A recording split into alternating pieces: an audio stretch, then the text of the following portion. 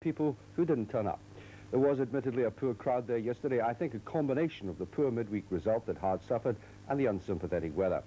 Next weekend will be a real test of Hearts' ability to pull their undoubtedly large support out. They're creating a little bit of club history by playing their cup game against East Fife on a Sunday.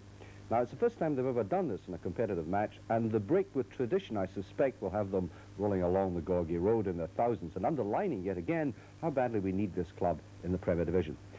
Now, frankly, I'm not really fussy how it's achieved by the end of the season, but one way or the other, Hearts and Hibs must next year be in the Premier Division.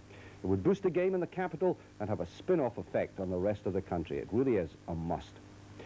Well, yesterday I spoke to both Alec McDonald and Wallace Mercer after the game and about the performance on the field. I asked Alec firstly what influence the more experienced player had on the youngsters. Did they in fact have that influence? Well, I like to think so, Archie. We spent quite a wee bit of time with them, and I think personally the best way of coaching these young lads just now is on the park, because they get the instant reaction from the experienced players, and there's no way like Sandy Jardine or myself or Willie Johnson is going to bollock kids for nothing. We're going to help them, and that's the type of people that Sandy Jardine and Willie Johnson are. Now, the goals were particularly well taken. One or two of them, the build-ups were very good. I suppose as a manager looking out there, although I'm sure you wish you were playing yourself, you're delighted that that can happen, that your build-up is good and that you can finish. Yeah, very much so, Archie. I've watched quite a few games at the start of the week, and it was really long ball stuff. And we get caught a couple of weeks ago that we were playing the ball on long. But we had to talk one of the days, and we sat down and we started to play the football again, and I'm delighted that we're continuing it. Now, we have with us today Wallace Mercer, who's come across to speak to us, and I've actually come here because I would like to put it fairly bluntly to you. Supposing Hearts didn't get promotion, although obviously it looks as if they would it be a disaster for the club? It wouldn't be a disaster for the club, but in the end it would be very debatable whether we could stay to be full-time.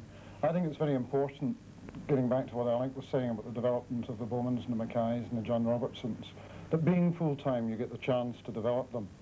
Very good, beautiful touch on Byrne, can't get there.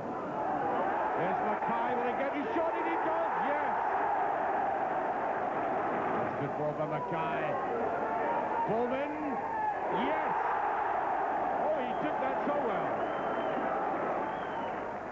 Are you aware, Wallace, that many people in Scottish football would love to see Hearts get into the Premier Division and be the force they used to be in the land? Well, that's right, but I mean, Alec and I both appreciate the only people who are going to help Hearts are Hearts themselves. But you must remain full-time.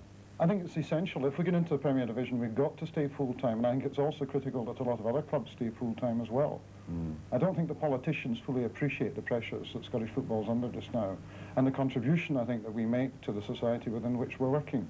And in a sense, do you think because the background to the society at the moment, very difficult economic times, that maybe the structure of Scottish football ought to be looked at so that we can encourage full-time football? That is correct, in fact, and I was at Dunblane recently with the other chairman in Scottish football, and there seems to be a wind of change about. There seems to be an attitude of mind by the Premier Division clubs anyway, that whatever happens, they want to get their affairs in order.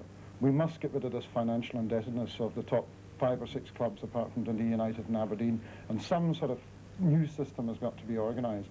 We can't keep on having the tail wagging the dog, because in the end we do supply certain clubs in Scotland by far the rump of the football public. Thing or two about winning Scottish Cup. The club have done it 26 times.